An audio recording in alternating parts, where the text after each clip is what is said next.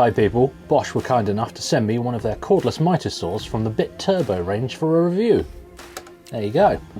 I'm going to go over the specs, make a few things, put it through its paces before giving it my honest opinion.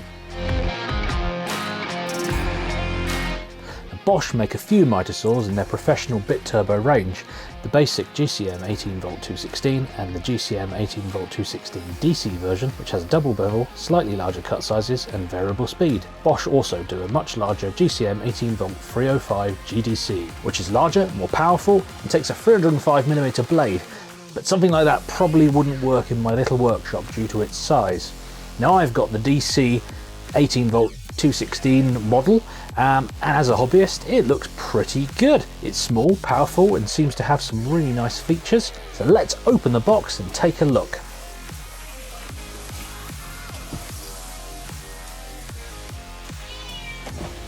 I'm not sure who's more excited here, me or the cat.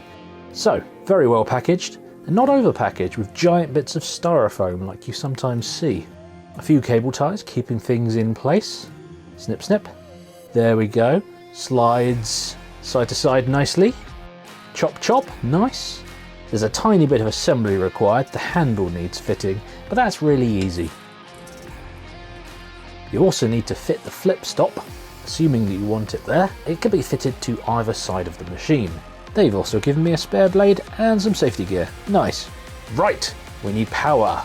The tool doesn't normally come with a battery or charger, but Bosch have given me their 12Ah Procore big battery and charger to get going. 12 amp hours, wow, that's pretty big. I figure you could probably use this thing all day without worrying about the battery if you're out on site. And the Procore batteries are compatible with older Bosch tools, so this thing won't just be in my mitre saw, and I have noticed they seem to be about half the size as other cordless tool batteries of the same capacity. Bosch do make smaller ones as low as 4 amp hours, so just in case you don't need anything as big as 12 amp hours, which is most people to be honest. As you'd expect, the massive capacity makes the 12 amp hour one a bit heavy, and it's obviously one of the pricier of the batteries, retailing around £250, but they can be found for under £200 if you shop around. The charger I got is the GAL 1880CV, and it charges stuff really fast. And I know it's a silly thing, this is the first charger I've seen that takes into account the power cable and makes it really easy to wind up, and it's got some pretty powerful fans that help keep it cool.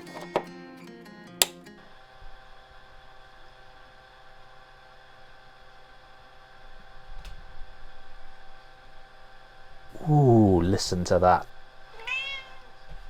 Let's see how long this thing takes to charge. It says 126 minutes in the fancy chart here.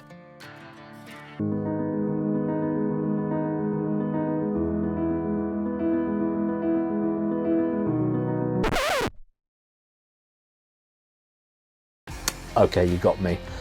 It's just little over 2 hours to charge. That's pretty awesome. As for how long this thing lasts, well, I've used this saw for the last few months. I've only had to charge it once. I suspect if you were working on site all day cutting stuff, the 12-hour battery would more than be enough to hold out. In fact, I'd be willing to bet money that it would last a few days for the average carpenter, especially if you include the typical amount of carpenter tea breaks. You know what I mean. The saw weighs just around 15 kilograms, so while it's small, it's pretty hefty. If somebody were to lob this at you, you wouldn't do well. You might say it's too heavy, or you might say that I'm too weak, I suppose. More to the point, it feels extremely robust. There's nothing on there that looks like it could easily break. Really stable as well, with relatively little flex on the sliding mechanism or tilting head. It's also the same power as a corded 1600 watt machine, so unless you're silly, it can cut almost anything you throw at it without any struggle. Now despite all that power, it sounds pretty quiet considering. I've measured it, and I've done it right next to a saw, and it's certainly enough to warrant hearing protection, but it's not so bad that you'll annoy the neighbours, unless you're using it at silly times of the day, of course. Included with the saw, and pre-fitted, is their Expert for Wood blade. That's a 48 tooth blade with a 1.7mm kerf, and it makes some really nice cuts. It's perfectly fine for construction timber and first fix, but you'll see in a bit that it can do much more. It takes a 216mm blade with a 30mm bore size, so there's plenty of options out there if you need something with more or less teeth, or perhaps something special for plastics or non-ferrous metals. Honestly, with a sharp blade, the speed control and taking your time, most cuts look pretty nice, and you could do a lot of final fix stuff if you take care. Changing the blade is quick and easy, and toolless, sort of. There's a blade changing tool that stays on the saw called the SDS saw blade lock. Now out of the box it can be found just underneath the right hand cheek. No, not that cheek, the one on the saw. Just make sure the battery is removed for safety. It also helps so it doesn't move around while you're trying to change the blade to lock the mitre saw in position. At this point you'll definitely want gloves. Even when not spinning, those blade teeth are sharp and will cut you. Lift up the guard, and there's a metal catch where the blade guard can be locked out of the way. Hold down the spindle lock around the other side of the blade. Assuming you've put the SDS blade lock on, just rotate it clockwise to remove it. If you haven't put it on there yet, there's a bolt in place and a hex key can be found around the back right just behind the fence, which can be used to remove it. Remove the flange behind it and make sure to keep it safe and clean, and then just pop off the blade. Obviously to fit a new blade, just do all of that backwards.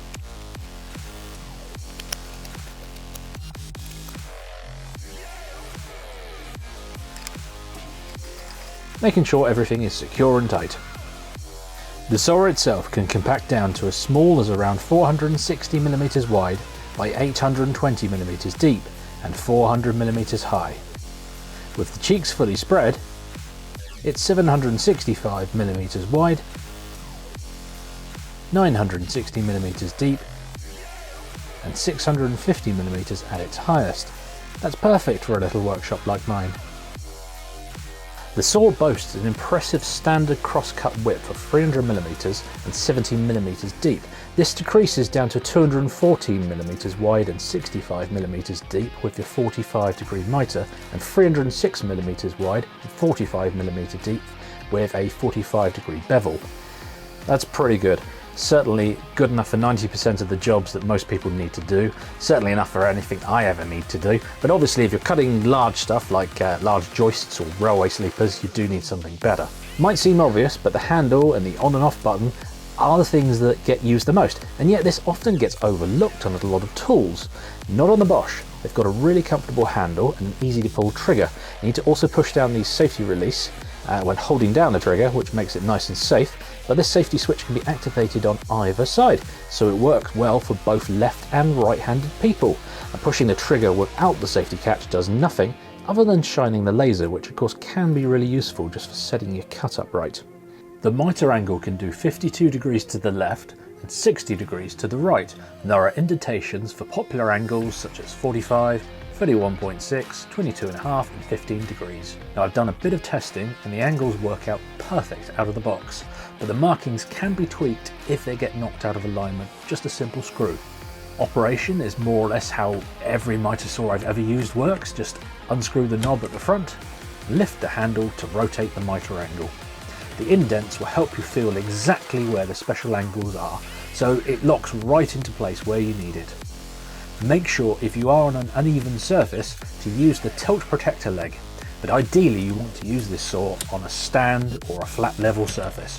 The bevel will do 47 degrees to the left and to the right, so with the mitre adjustment you can do pretty much any compound cuts that you might need. And be sure to slide the back fence clear, as you don't want to be accidentally cutting into it.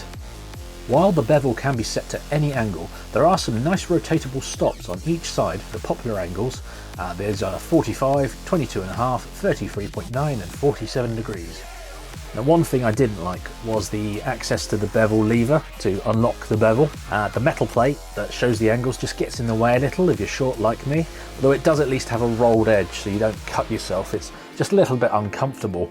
Maybe a longer lever or smaller metal plate could have fixed this, but you can avoid it by accessing the lever from the back of the saw. The accuracy of the bevel was a little off out of the box, but there's a little nut and bolt that can be adjusted to get this dialed in properly. Once I'd done this and I tested the bevel cuts, they all came up perfect, so I'm pretty happy with the accuracy there. Depth stops. As you'd expect on any mitre saw, there's a simple depth stop with a nut and bolt, so you can do things like trench cuts. You can flip the stop out of the way between a normal cut and a stopped cut. Perfect if you want to keep that depth remembered and then go back to it later while you do some regular cutting. Bit unusual here, There's two insert plates, one on each side. The gap is pretty large, but it is double bevel, so it does have to be. And you can of course replace these and make a zero clearance insert plate. And normal screws just hold them into place. And the back fence. What I love here is they've attached pieces of wire to the sliding fence, so if you remove them completely and they fall off or they're on the desk, you won't lose them. They're attached. It's like they know me. I personally like to use my own back fence just to make nice clean cuts, just at the expense of a little bit of cutting capacity. Nothing fancy, just a piece of beech as my back fence and 5mm melamine coated MDF as the base with some sandpaper to help grip those small parts. Hold down clamps. You get the one hold down clamp, this thing here, to secure your work when cutting and also keeps your hands clear of the blade. However, it is a bit big, so certain cuts, especially those small cuts or beveled cuts, it does get in the way. So what I like to use is one of these, little push stick with a sandpaper bit. That just allows you to grip down the small bits and pieces and keeps your fingers clear of the blade. You should never have your hands near the blade. User interface. That's right, there's a user interface. It's not just one button, there's two. But seriously, it's got Bluetooth controls so you can access things from your mobile phone with the Bosch app. On the saw, the left button changes the cutting speed, and there are preset speeds listed for that, although these can be changed in the app. The button on the right turns on or off the laser and the built-in light. The light is okay, and I guess it could be handy if you're on site and they've shoved you in a dark corner somewhere. For me, it's a bit of a gimmick. I'd never need it because I'm usually in a well-lit workshop. The laser is good. It's probably one of the better lasers I've seen on a tool, other than perhaps my drill press, which incidentally is also a Bosch. Now, instead of a single line leaving you completely guessing, there's two showing you where the blade kerf will be, and it won't sit on there permanently either. You can set the amount of seconds that it actually stays on, and when you pull the trigger, it just stays on for that amount of seconds. Oh, and there's a little battery indicator right there on the saw, so you don't get caught out. Again, it's those little things that really do help. Now, all of that can be accessed with Bluetooth on the Bosch app on your mobile. Every tool needs its own profile pic, right? The flip stop just swings into or out of place whenever you need it, and it can be mounted to either end of the machine. Fortunately, when you're doing really small bits, like I find myself doing, you may need to just make your own flip stop because it won't quite get close enough to the blade. Now, dust extraction. I've read a few complaints about larger versions of this saw having poor dust extraction, but I've seen no evidence of this. I think it's pretty good actually compared to most other mitre saws, and it's another of those little things. I know I keep going on about them, these little things that make me happy. It's got a quick click style connector on the dust port, so I can just pop my hose on securely whenever I need it. It collects dust at two places, one directly behind the blade with a little funnel guiding it in, and another one just at the rear of the fence, so you're covered for most of the dust thrown out. There's a little bit of a chute coming up from the clearance plate too, which is great because, well, let's be honest, the clearance plate, that's where you often get a build-up of dust and chips on most saws. Now, one thing to note, it doesn't come with a dust collection bag. It's not a problem for me as I always use a shop vac, but maybe worth considering if you don't. You will need to buy the bag separately. So the important stuff, how well does it cut? Well, everything I've thrown at it so far has been perfect for first fix, and probably good enough for second and finishing. 2x4s, scaffold board, 18mm MDF, oak workbench offcuts, 18mm beech, 70x100 tulip wood and 70x100 Iroko as well. Just take a look at these cuts. I think they work pretty well. There's a few burns where I've kept the blade spinning too long or I've used the wrong speed, but otherwise they're smooth and shiny. The cut quality with the supplied 48 tooth blade was excellent, certainly enough for laminate flooring, skirting boards and architraves or any second fix work. And I'd wager with a little bit of patience and care, it's more than good enough for the average DIYer or trade person might need. I did, however, find right at the full capacity 70mm, the guard wheels slightly marred the surface of what they were cutting. Now they are rubber, but they're hard rubber, so it's just something to watch out for. They also had some issues with cutting tiny slivers being picked up by and sort of jammed into the guard, but honestly, tiny slivers, this is a problem you would have on most mitre saws. So, as the age-old saying goes, you can't do a YouTube review of a tool without making something with that tool. So let's just whip up a simple project, a floating wine bottle holder. These are great for craft fairs or quick gifts and don't really need many tools to make, other than obviously a mitre saw and something to drill a hole with. Just a piece of 2x4 and 45-degree cut on each end. Very simple. You'll need a hole for the neck of the bottle, of course. 32mm should do fine. It's best to give yourself a nice clean hole, and it's best to use a Forstner bit, but anything will do the job.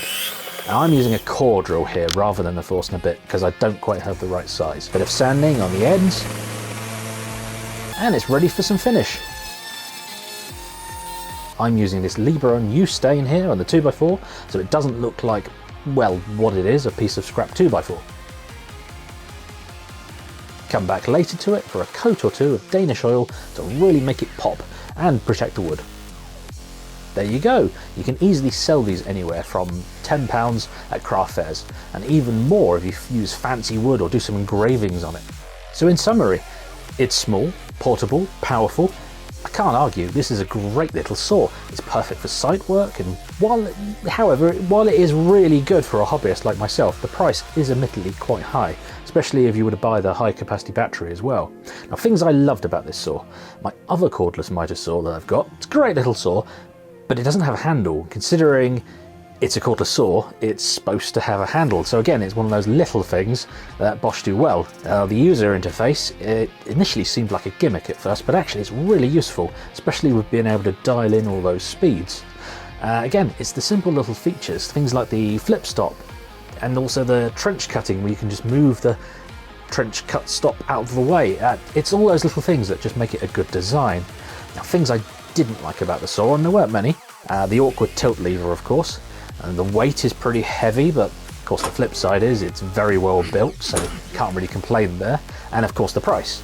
Now I've got this one for free, obviously, but it's pretty much out of my range as a hobbyist woodworker. If I had to buy one of these and I had no other saw, I should probably buy a cheaper one. And I've got reviews on my channel if you want to check it out, if you want some ideas for cheaper ones. Now, unfortunately, I've used this saw now, and it's got a spell on me.